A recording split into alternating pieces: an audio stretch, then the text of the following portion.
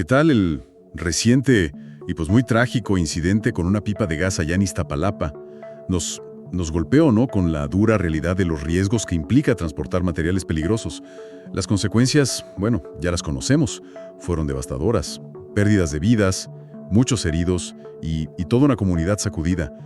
Y eventos así, inevitablemente, nos hacen mirar más allá del dolor inmediato, ¿verdad? Cierto. Generan como una urgencia por entender qué falló, sí, pero también qué mecanismos existen, o bueno, deberían existir, para proteger a la gente y responder ante la magnitud de estos desastres. La pregunta sobre la responsabilidad, pues, se vuelve central. Exactamente. Y esa pregunta nos lleva directo al núcleo de lo que queremos explorar hoy. Cuando pasa una tragedia así, ¿qué salvaguardas hay? O más concretamente, ¿qué tipo de seguros están obligados por ley a tener estos camiones, estas pipas de gas aquí en México? ¿Basta con tener un seguro? Es una cuestión, crítica, sí. No hablamos solo de papeles o trámites, ¿sabes? Sino de sistemas diseñados para asegurar que haya una respuesta económica y social frente a actividades que, pues, por su naturaleza, llevan un riesgo alto para todos. Justamente. Por eso, hoy vamos a sumergirnos en la normativa mexicana. Vamos a analizar los requisitos legales específicos, las coberturas de seguro que son indispensables para las pipas de gas, y transportes parecidos, ¿ve? ¿Y quién tiene la tarea de vigilar que estas reglas se cumplan? La idea es entender bien este entramado, no solo para saber qué dice el papel, sino qué implica en términos de seguridad y de responsabilidad real. De acuerdo. Y para empezar, creo que es fundamental entender que esto no opera en un vacío legal, ¿eh? La Ley de Caminos, Puentes y Autotransporte Federal es, digamos, la pieza central que rige estas actividades en el país. Ok. La Ley de Caminos y Puentes. Y dentro de esa ley, ¿cuáles son las disposiciones clave para el transporte de materiales como el gas LP, por ejemplo? Mira, esta ley, que además se complementa con una serie de normas oficiales mexicanas, las famosas NOMS. Ajá, las NOMS. Que son básicamente los estándares técnicos detallados que dicen cómo deben cumplirse ciertas cosas de la ley. Bueno, esta ley establece de manera muy clara la obligación de contar con un seguro de responsabilidad civil vigente. Y esto, ojo, aplica a todos los vehículos autorizados para transportar materiales y residuos peligrosos. O sea que no es opcional. Para nada. Quiero recalcar eso. No es una sugerencia ni una opción. Es un requisito legal, ineludible para poder circular y operar. Punto. Entonces, tonto el partido Artidago. La ley exige un seguro. Pero aquí es donde creo surgen las dudas, porque pues no todos los seguros son iguales. ¿Especifica la ley qué tipo de protección debe dar esa póliza? ¿Hay mínimos definidos? Definitivamente. Sí, la regulación va más allá de solo decir tengan seguro. Detalla las coberturas mínimas que esa póliza debe incluir y están pensadas específicamente para el tipo de riesgo que representa mover estas sustancias peligrosas por carreteras y ciudades. La base, digamos común a muchos seguros de auto, es la cobertura por daños a terceros. Ok, analicemos eso. Cuando hablamos de daños a terceros, ¿qué abarca exactamente? Se puede dividir, digamos, en dos grandes categorías. La primera es la cobertura de daños a los bienes de terceros. Bienes. Sí, esto significa que si un accidente con uno de estos transportes daña a propiedad que no es del transportista, hablamos de casas, otros coches, negocios, incluso infraestructura pública como postes o carreteras, bueno, el seguro debe cubrir los costos de reparación o, si el daño es total, pues la indemnización que corresponda por esos bienes. Entendido. ¿Y la segunda categoría? Esa cubre los daños a las personas, que es quizás la protección más directa a la integridad física y la vida. Cubre los gastos médicos necesarios para atender a las personas que resulten lesionadas, pues como consecuencia directa del accidente. Hospitalización, cirugías, todo eso. Todo eso, rehabilitación, medicamentos y en el escenario más trágico, pues también contempla las indemnizaciones que legalmente correspondan por incapacidad permanente o incluso por el fallecimiento de terceros afectados por el siniestro. Parece una cobertura fundamental para cualquier vehículo, ¿no? Pero como decíamos, transportar gas LP no es como transportar, no sé, ropa. Los riesgos son distintos, potencialmente mucho más catastróficos. ¿La ley contempla esto? Absolutamente. Y justo por eso se exige una cobertura adicional y muy específica, la de responsabilidad civil por materiales peligrosos. Esta cobertura es, digamos, el corazón de la protección para este tipo de transporte, porque se enfoca directamente en los daños que pueden surgir de la naturaleza peligrosa de la carga misma. A ver, aquí es donde la cosa se pone más específica. ¿Por qué es necesaria esta cobertura si ya existe la de responsabilidad civil general por daños a terceros? ¿Qué la hace diferente? Es estándar. Tiene ciertas consecuencias que podemos prever, pero una fuga masiva de gas, un incendio que viene de ese gas o una explosión, como la que lamentablemente ocurrió en Iztapalapa, pueden generar daños de una escala y naturaleza completamente diferentes. Claro, daños mucho más grandes. Mucho más grandes, sí. Hablamos de daños expansivos, afectaciones a áreas mucho más grandes, contaminación, riesgos de salud pública que pueden durar. Una póliza de responsabilidad civil vehicular común podría tener exclusiones para eventos derivados de la carga peligrosa, o sus límites simplemente no alcanzarían. Esta cobertura especializada asegura que los daños causados específicamente por la peligrosidad del material transportado estén cubiertos. Es reconocer que el riesgo no es solo el vehículo en sí, sino lo que lleva adentro. Entiendo la lógica. Es como dimensionar el seguro al nivel del riesgo real que existe. Y creo que hay otra cobertura específica que también es obligatoria, ¿no? Relacionada con el medio ambiente. Correcto. La normativa también exige una cobertura para gastos de limpieza y mitigación ambiental. Esto es crucial, ¿eh? Si el accidente provoca un derrame de la sustancia peligrosa, contamina el suelo, el agua o libera gases tóxicos al aire, pues generando un daño ecológico o un riesgo ambiental, esta parte del seguro debe cubrir los costos asociados a limpiar, a contener el daño y a la remediación necesaria para intentar restaurar las condiciones ambientales de antes hasta donde se pueda, claro. ¿Y cuál es la razón fundamental para exigir esta cobertura de forma tan explícita? ¿Por qué es tan importante? La razón es doble, yo diría. Primero, los impactos ambientales de estos accidentes pueden ser enormes, durar mucho tiempo y afectar ecosistemas y la salud pública a largo plazo. Y segundo, los costos de limpiar y remediar un sitio contaminado por materiales peligrosos pueden ser, astronómicos, superando en muchos casos el costo de los daños materiales directos a propiedades. Claro, me imagino. Si esta cobertura no fuera obligatoria, existiría un riesgo enorme de que estos costos cayeran sobre la sociedad, o sea, sobre nosotros, a través de fondos públicos o que simplemente el daño ambiental quedara sin atenderse bien. Exigirla, internaliza ese costo en la operación del transporte. Es una forma de plasmar la responsabilidad ambiental directa del transportista. Queda muy claro el propósito. Entonces, recapitulando rápido las coberturas mínimas. Daños a terceros, bienes y personas, responsabilidad civil específica por la peligrosidad de los materiales y cobertura para la remediación ambiental. Ahora, hablemos de la póliza como documento. ¿Hay requisitos formales que debe cumplir para ser validante la ley? Sí los hay. Existen varios requisitos formales que son indispensables. Primero, la póliza debe ser emitida por una compañía de seguros que esté legalmente establecida y autorizada para operar en México. Autorizada por las autoridades financieras, supongo. Exacto, como la Comisión Nacional de Seguros y Fianzas. No sirve un seguro contratado con cualquier entidad que no esté regulada o que sea extranjera sin autorización aquí. Tiene sentido. Asegura que haya un respaldo regulado. ¿Qué más? La vigencia. Esto es absolutamente crítico. El seguro debe estar vigente durante todo el periodo de operación del vehículo. No puede haber ni un solo día ni una hora en que la unidad esté circulando o pueda circular sin tener cobertura activa. La continuidad es clave. Esencial, porque un accidente puede ocurrir en cualquier momento. Ahora, garantizar esta continuidad, puede ser un desafío operativo para las empresas y también de supervisión para la autoridad, ¿eh? ¿Y cómo se verifica esto en la práctica? En la carretera. Eso nos lleva a otro requisito clave: la obligación de portar una copia física de la póliza de seguro vigente a bordo de la unidad. Hay que llevarla en el camión. Exacto. No basta tenerla archivada en la oficina. El conductor debe llevarla consigo. La razón es simple. Debe poder mostrarla inmediatamente si una autoridad competente hace una inspección en carretera o en una terminal. Mencionas a las autoridades. ¿Quiénes son exactamente los encargados de verificar que todas estas reglas, que existe el seguro, las coberturas correctas, la vigencia se cumplan en la realidad?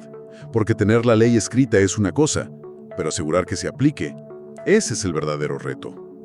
Pues mira, la responsabilidad principal de la normatividad y la supervisión general recae en la Secretaría de Infraestructura, Comunicaciones y Transportes, la SICT. La SICT, ¿ok?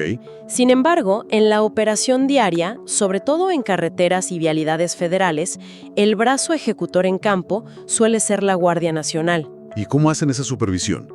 ¿Son inspecciones al azar, programadas? ¿Cómo funciona? Usan una combinación de métodos, ¿sabes? Pueden realizar verificaciones aleatorias o a veces dirigidas en puntos de inspección en carretera, donde revisan los papeles del vehículo y del conductor, incluyendo, claro, la póliza de seguro. También pueden hacer revisiones periódicas, a veces programadas, directamente en las instalaciones de las empresas transportistas, como sus terminales de carga y descarga.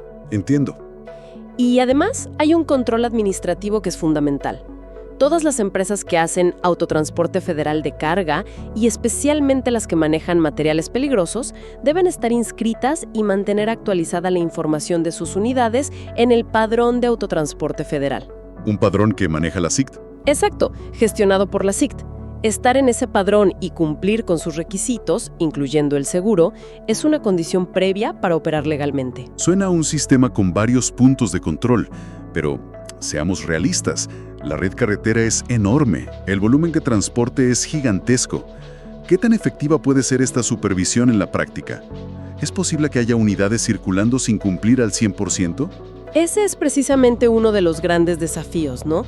La escala de la operación de transporte en México es vasta. Si bien existen los mecanismos de supervisión, la capacidad de inspeccionar cada unidad con la frecuencia que quisiéramos pues es limitada. Depende mucho de los recursos que se asignen, de las prioridades de fiscalización, la tecnología que se use. Es plausible, sí, que existan brechas donde unidades puedan operar temporalmente sin cumplir al 100%, aunque claro, se exponen a consecuencias si los detectan. Y hablando de consecuencias, ¿qué pasa si detectan a una unidad operando sin el seguro adecuado o con la póliza vencida? ¿Cuáles son las repercusiones legales, administrativas? Las consecuencias pueden ser severas, y van aumentando según la gravedad y si es reincidente. Lo primero son las sanciones económicas, multas administrativas que pueden ser bastante altas, buscando que no quieran volver a hacerlo. Ok, multas, pero solo eso. No termina ahí. La autoridad está facultada para ordenar la suspensión inmediata de la circulación de esa unidad. O sea, el vehículo queda retenido hasta que demuestren que la situación del seguro ya está regularizada. ¿Y si la falta es grave o la empresa ya tiene historial? Bueno, en casos de incumplimientos graves o si ya es un patrón de incumplimiento, las sanciones pueden escalar hasta la suspensión temporal o incluso definitiva de la autorización para operar de toda la empresa transportista. Toda la empresa. Sí. Y aquí viene lo más crépico. Si una unidad sin el seguro adecuado o vigente se ve involucrada en un accidente que causa daños a terceros o al medio ambiente, la falta de seguro agrava enormemente la situación legal de la empresa y sus responsables.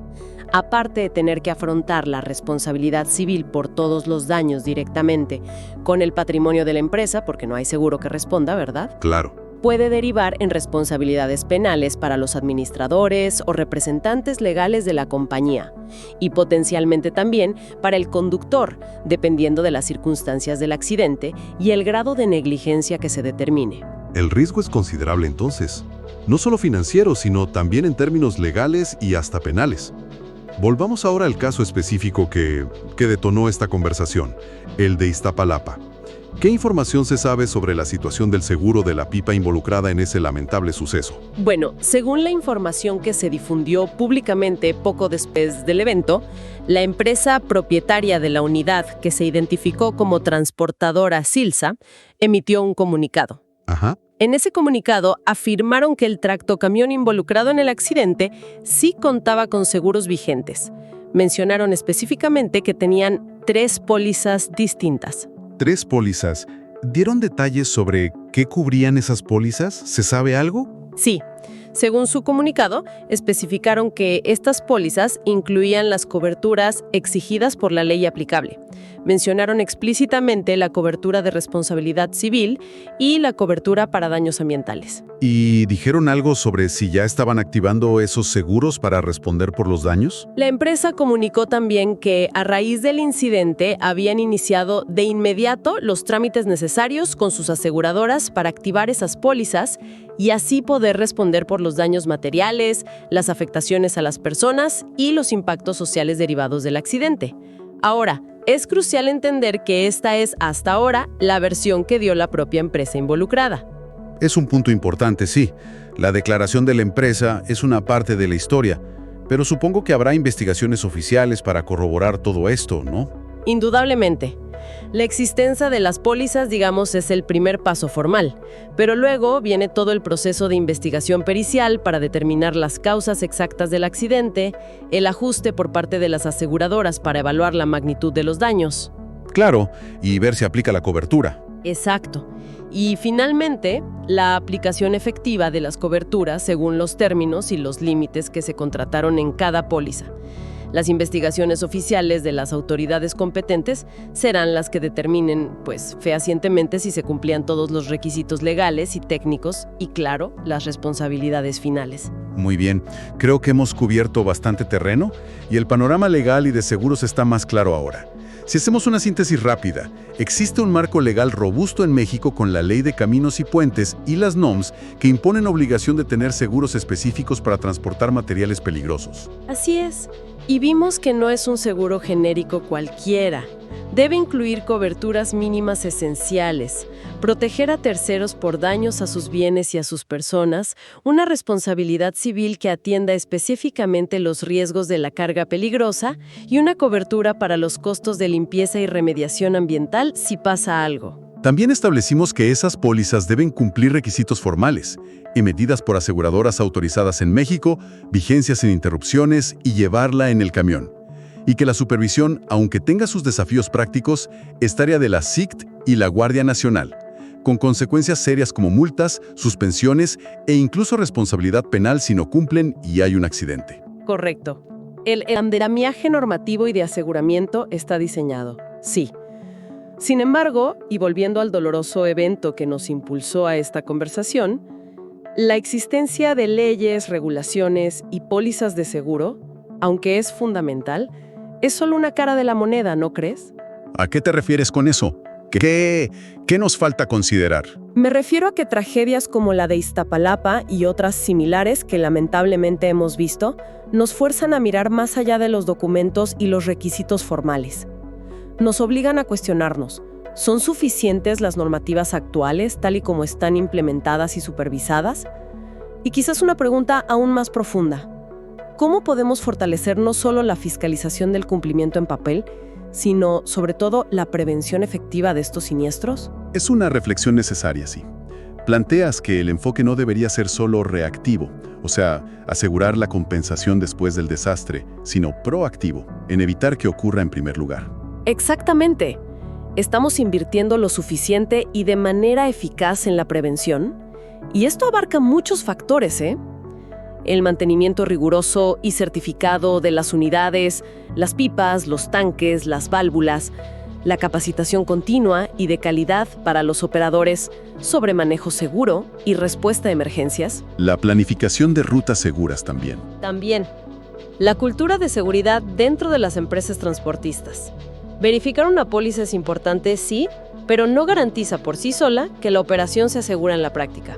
La pregunta que queda flotando es, ¿cómo asegurar que el sistema en su conjunto, regulación, supervisión, operación de las empresas y capacitación, funcione de manera integrada para minimizar realmente el riesgo en nuestras comunidades? Sin duda, una pregunta compleja y con muchos factores, que nos deja pensando en esa brecha que a veces existe entre la regulación en el papel y la seguridad tangible en nuestras calles, en nuestras carreteras.